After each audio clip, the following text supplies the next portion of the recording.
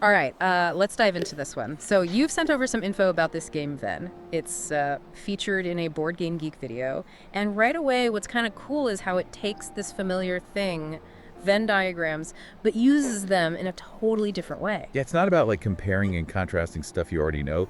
This is about using abstract art as clues to figure out words. I know, right? So the mission here, if you choose to accept it, is to really get how this game works and see if this whole visual word association thing can help us think in new ways. Absolutely, and we'll be looking at both ways to play, competitively and cooperatively. Perfect. Let's start with how the competitive game is set up. Okay, so you need two teams. Each team gets two Venn circles, and they have to arrange those circles to create, wait for it, 7 different zones. 7.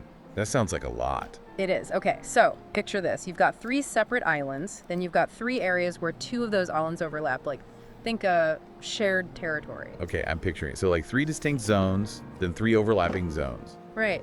And then finally, there's one central zone where all 3 islands or circles intersect. Gotcha. So it's kind of like setting the stage for the interactions to come. These zones become the language of the game. Exactly. And each team also gets a third of a deck of these abstract art cards. The leftover cards go in a pile in the middle. So there's this element of like limited resources, right? You have to be strategic about which art cards you use and when. Totally. Okay, so next up, you got to pick your clue givers. Each clue giver secretly draws a number card, and that card shows 3 numbers. Then you put 4 word cards face up, each one next to a different number. Okay, so the clue giver looks at their number card and knows which 3 of those 4 words their team has to guess. Right, but here's the twist. They can't talk at all. The only way they can communicate is by placing those art cards in the different Venn diagram zones. Whoa. So it's all about visual communication, right? Yeah. Finding a way to convey meaning through abstract images. That's a challenge. For sure. It forces you to think about those words in a whole new way.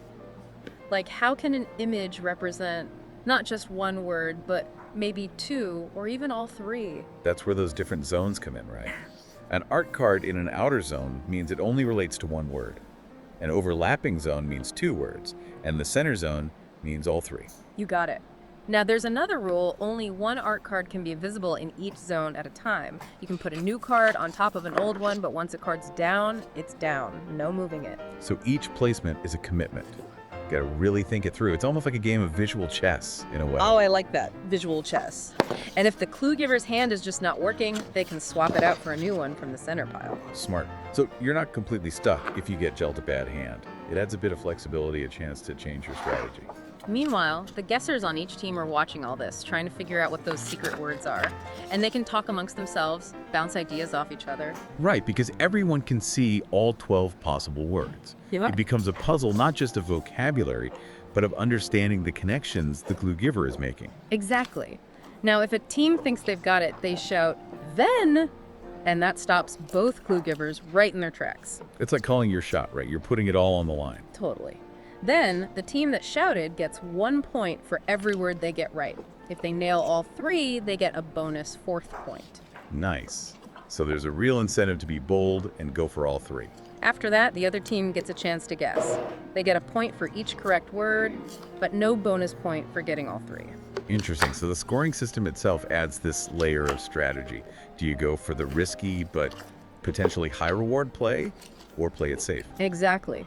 Then a new round starts. You've got new clue givers, new number cards, new word cards. All the art cards from the last round are cleared off, the decks are shuffled, and you go again. Rinse and repeat. It sounds like a game that really keeps you on your toes. It does. The first team to hit 12 points or go over wins. If there's a tie, the team with the higher score in that final round wins. Okay, so it's not just about getting to 12 points first. It's about maximizing your score along the way. Every point matters. Absolutely. And if you want a longer game, you can play a best of 3 series. Makes sense. I bet that would really test a team's consistency and adaptability. Totally. And there's also an expert variant of the game. In this version, the first card played each round has to go in one of those inner overlapping zones or the center zone. Oh, wow.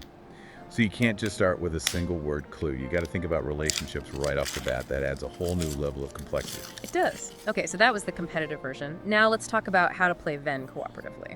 All right, so now we're all on the same team working together. I like that. Me too. Yeah. This version is for, let's say, fewer than 4 players, or if you just, prefer to like together. It's like a shared puzzle instead of a head-to-head battle. Exactly. So you use just one set of Venn circles, one scoring marker to track your progress, and 5 number cards. 5 number cards, what are those for? Those represent the 5 rounds you get as a team to reach 12 points. So you're working against the clock, essentially. Yeah. Got to score enough points before you run out of rounds. Right.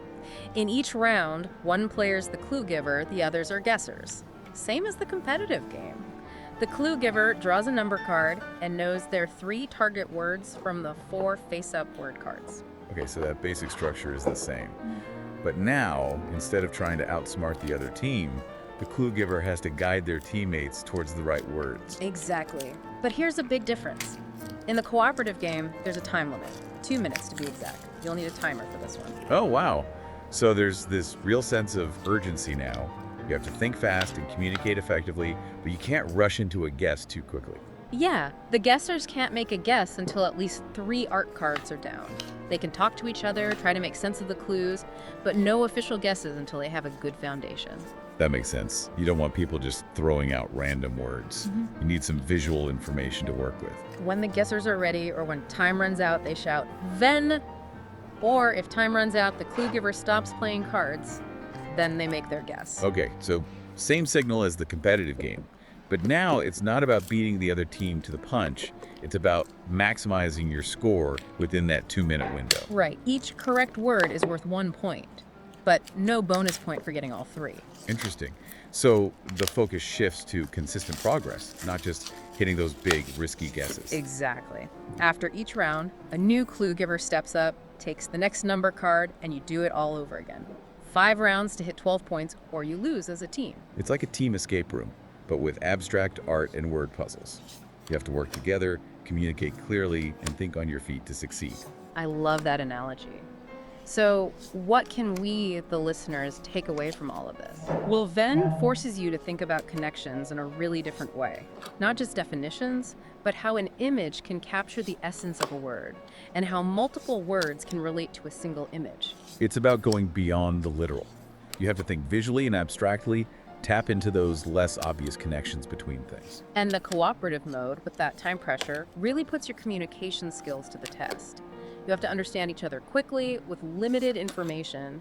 It's a great exercise in teamwork and creative problem solving under pressure. It highlights how crucial it is to be on the same page, especially when time is of the essence. You have to develop a shared understanding, a way to communicate effectively, even when you're not allowed to use words. Then, of course, there's the competitive mode, where you're trying to be clever to outsmart the other team. It's not just about giving good clues, it's about being subtly deceptive, leading them down the wrong path. It becomes a game of strategy and interpretation. You're trying to anticipate their moves, decipher their clues, and figure out their line of thinking. It's a battle of wits, but with a visual twist. I like that. A battle of wits with a visual twist. Venn really is a fascinating blend of abstract thinking, visual communication, and good old-fashioned word association. It seems designed to spark those aha moments when you suddenly see the connection, the link between seemingly unrelated things. It makes you wonder, could we apply these game mechanics, the Venn diagram, the silent communication, through abstract art in other areas of our lives? Could it help us break down complex ideas, brainstorm more effectively, or even just communicate better with each other? Now that's a great question. How could we use this concept of overlapping circles, this visual language of abstract art, to find connections and communicate in new ways? What unexpected overlaps might we discover in our own lives, in our work, or even just in the way we see the world? That's something worth pondering.